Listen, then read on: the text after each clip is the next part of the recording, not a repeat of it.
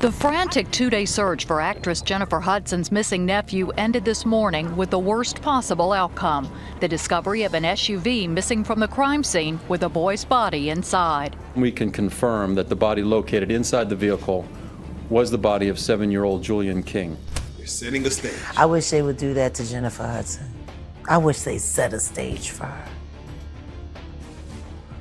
Because I'm sick and tired of a who's willing to sacrifice her own family and a child just get and everybody thinking she great. Like, now that I'm starting to see, because I never really paid too much attention. So Jennifer Hudson just joined the list of people who want to see Jaguar deleted, because she's out here is spilling the tea about how many celebrities end up sacrificing their families for fame and success. According to Jaguar, Jennifer Hudson is one of them. Folks have always thought it was suspicious how J-Hud's career blew up right after she lost 3 members of her family. The timing just seemed pretty interesting. Well, if you believe Jaguar, there are no coincidences in the world of celebrities. So the fact that J-Hud's career growth timed perfectly with the moment. She lost 3 significant family members is no accident. However, Jennifer Hudson isn't taking all this lying down. She allegedly threatened to get Jaguar unalived if Jaguar didn't keep Jennifer's name out of her mouth. The plot just keeps getting thicker, so y'all better grab a chair while we break this one down. If she was willing to sacrifice Whitney Houston so she could be a bad talk show host. Guys, the year has barely started already, and Jaguar Wright is already out here dishing out truth bombs about dark Hollywood secrets, sacrifices, and occult practices. Jaguar has spent these last few years exposing every form of evil celebrities get up to when the rest of the world is too distracted to care, and it has gotten her many enemies and few friends in the industry. But when has Jaguar ever backed down from telling the truth because of whose feelings might be hurt? She recently set her sights on Jennifer Hudson, and let's just say if any of the tea Jaguar is spilling about Jennifer is true, then the industry might be more rotten than you and I will ever understand. So according to Jaguar, Jennifer has been into that woo-woo stuff from day one, and she'll sacrifice anything and anyone to get ahead in the industry. And she meant that literally. See, Jaguar spilled the tea about J-Hud always wanted to be like Whitney Houston so much that she copied everything about her, from her style to her singing to her hair. But of course, there can only be one Whitney Houston. Was really trying her hardest to look like Whitney Houston. I never really thought about it. If she was willing to sacrifice Whitney Houston so she could be a bad talk show host. Jack, so to play devil's advocate, for those that say Jaguar Wright is jealous of their careers. Why would I be What would you jealous say? of sacrificing people and accepting false accolades for that I didn't earn? If you look back at pictures from when J-Hud was younger and Whitney was younger, you can clearly see the point where Jennifer decided to start stealing Whitney's look. Now, don't get me wrong, getting inspo from an artist you admire and look up to is one thing, but copying their entire aesthetics to make your career seem like theirs, that's taking it a bit too far. But it gets worse. According to Jaguar, it wasn't enough for Jennifer to copy Whitney Houston. She also tried to get close to Clive Davis, who was Whitney's mentor, just so she could live Whitney's life. For context, Clive Davey was the one who discovered Whitney Houston and put her on when she was just a teenager. He maintained a strong influence in not just her career, but also her personal life, and he was right there with her throughout her struggles with an alcohol addiction, her toxic marriage to Bobby Brown, and her many comebacks to the scene. After taking breaks for rehab, their relationship was more than just the average music executive and singer relationship. It was more like a friendship than a business arrangement, at least to Whitney anyway. There have long been rumors that Clive was controlling towards Whitney and that he felt like he owned her because of his impact on her career. Allegedly, when Whitney's alcohol and substance use started getting out of control, Clive had started planning how to take her out so he could make money off her death, since she was no longer useful to him as an artist. The Night Whitney died, she was scheduled to perform at Clive's annual Grammy party at the Beverly Hilton Hotel, the same stage. She was introduced to the music world in 1983, over 4 decades ago. There were many things suspicious about Whitney's death, starting from the fact that she was found in her bathtub, and it was presumed that she drowned while taking a bath due to extreme intoxication. What struck a lot of people as odd was the fact that Clive continued with the party, which was held in the same hotel where Whitney was found dead.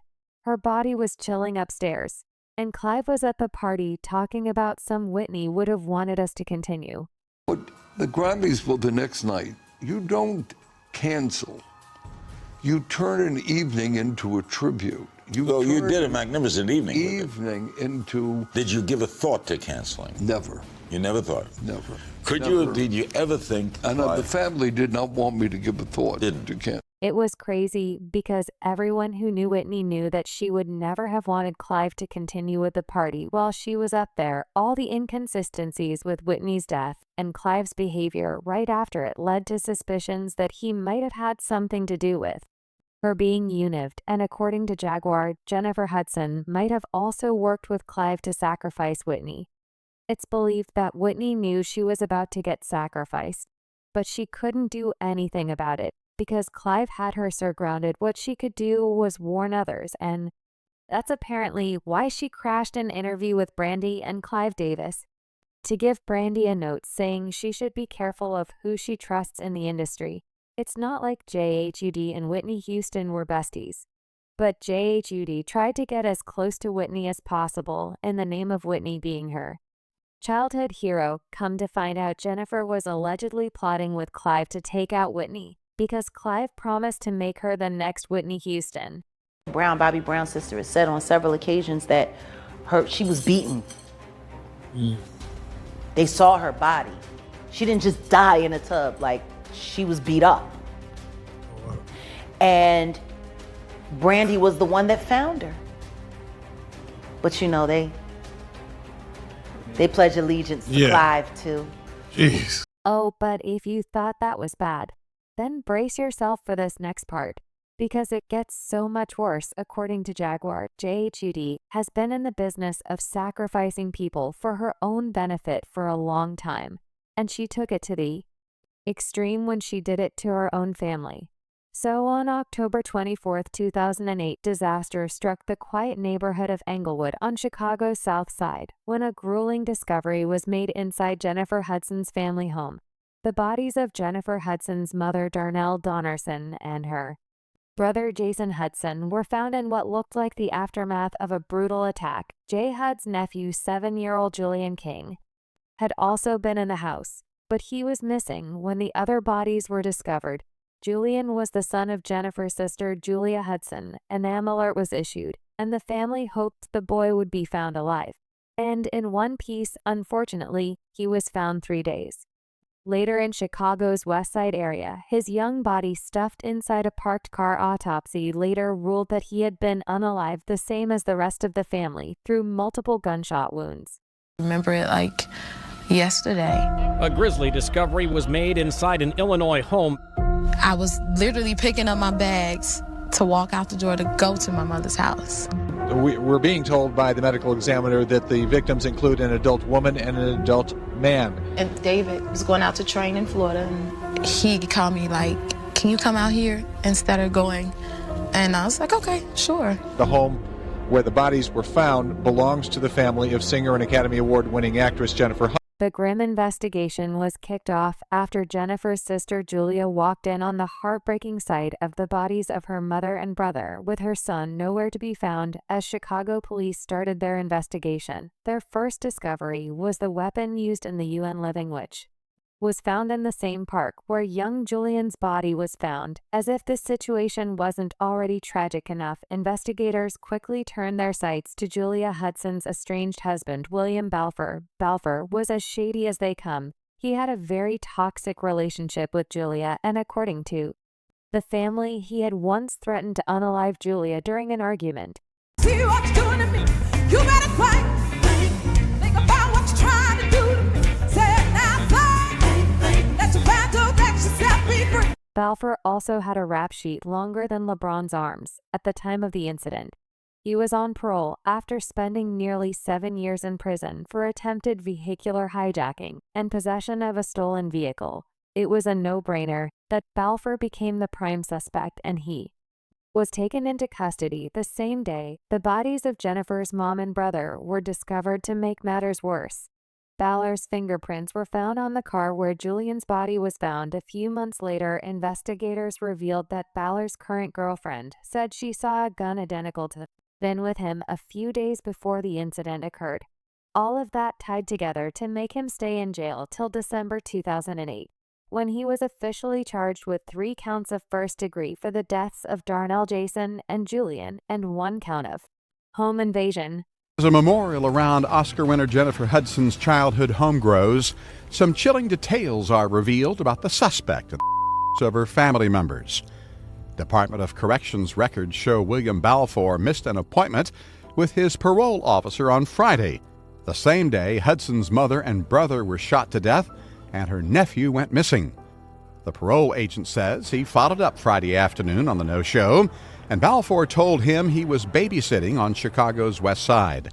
That agent also says he believes he heard a child in the background. Hudson's nephew, Julian King, was found dead in the back seat of an SUV in that part of the city on Monday morning. However, the trial didn't start until April 2012.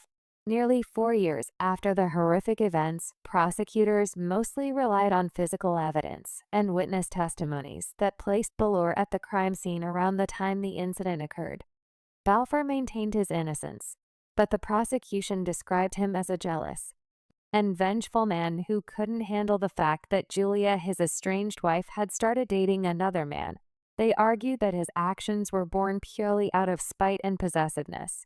He was eventually convicted in May 2012 and sentenced to 3 life sentences plus 120 years, ensuring he'll spend the rest of his life in jail with justice now gotten for her deceased family members. It was time for Jennifer to begin the backbreaking work of picking up the pieces and moving on. J-Hud's career had been at an all-time high before the tragedy struck. She had just won an Academy Award for Dreamgirls and was becoming a force to reckon with in the music industry.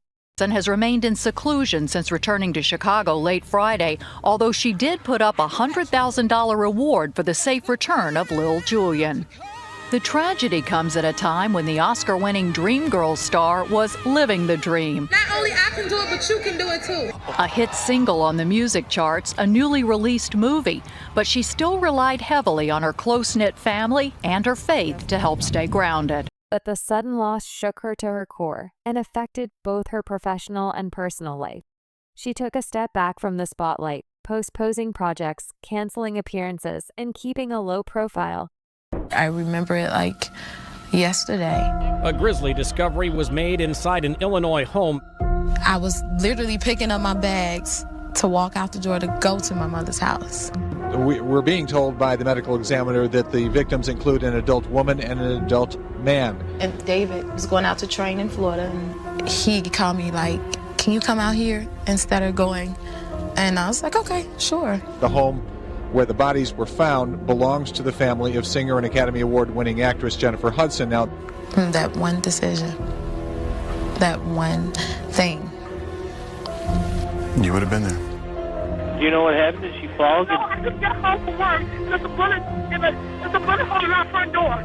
So I would have been home, sleep in the bed with her. So you think about that. I could have been in that house. But by 2009, she was ready for the spotlight again. And she made this known by delivering a heart-wrenching rendition of the U.S. anthem at the Super Bowl. She also decided to honor her nephew's memory by creating the Julian D. King Foundation in 2020. 16. Through all that, William Balfour maintained his innocence, claiming he would never have done anything to hurt Julian or the rest of the family. They're about to come through your door. Right, that's one option. Well, what would the other option be? It could have been anybody. You understood why you would be a suspect, right? As far as what? As far as... No, I didn't understand. You didn't understand why you would have been considered a suspect? No. For what? Everything that was said in trial about me making threats or anything like that, it was all new to me. All. Our whole team wasn't ready for trial. They basically said that they wasn't ready for trial, but we was forced to trial. I mean, they done tested everything, and I was cleared of it. Evidence, the keys, was processed a month later. What police department take evidence off somebody and process it a month later? As much as every logical reasoning pointed at Balfour people couldn't help but wonder if J-Hud had benefited from the death of her family members as part of some dark Hollywood ritual. The trajectory of J-Hud's career before the incident, compared to after the incident, wasn't adding up for a lot of people after the incident. It was like her career grew exponentially. She started winning awards left and right, getting recognized above her colleagues, and making waves unlike ever before, while Jaguar Wright finally came out to put the rumors to rest, saying J-Hud had to be investigated for the way she sacrificed her family for fame. If something happens and his doctor give him something, and he Michael Jackson's up out of here, then, you know. That's kind of what they're setting a stage. They're setting a stage. I wish they would do that to Jennifer Hudson. I wish they set a stage for her. Because I'm sick and tired of a who's willing to sacrifice her own family and a child just getting away with and everybody thinking she great. Like, now that I'm starting to see, because I never really paid too much attention because I know that she was selected to try to replace me in some way. So I never really spent a lot of time focusing on her because I knew she was a plant. But when I look at the predatory way that she was looking for the same kind of relationship with Clive Davis as Whitney Houston had,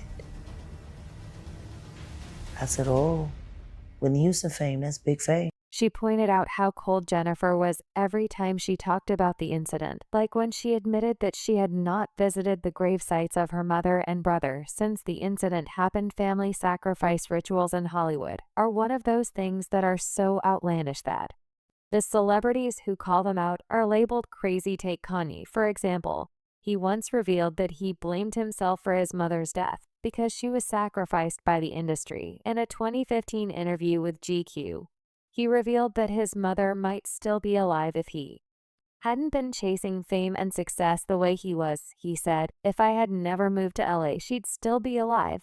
I don't want to go far into it because it'll bring me to tears." Fast forward to 2022, and a paparazzi video of Kanye surfaced where he was blaming Hollywood for sacrificing his mother. He went on a rant about how they were trying to control him the way they were controlling other black celebrities. Kanye then went on to name drop celebrities like Michael Jordan, Shaq, Charles Barkley, LeBron James, and Jay-Z, who are being controlled by the powers that be. He said, like him, they all had to sacrifice something for their fame. That's how they try to categorize. They can't control me. You get what I'm saying? They could control Shaq. They could control Charles Barkley. They could control LeBron James. They can control Jay-Z and Beyonce. But not you, man. But they can't control me. You Not see, it you. ain't no name I won't name. It's up. Not you. You know what I'm saying? And just for Minister Farrakhan, I love you. But the way you read that, I took that as a slight. You know what I'm saying? Jaguar has also had a lot to say about rituals in the industry, and she believes that many celebrities have to make huge sacrifices that may or may not involve human sacrifice for the sake of wealth and status. The worst part is that the sacrifices are so widespread that almost every celebrity you know has been involved in some way. Here's what she had to say about Kanye. I think he's insane.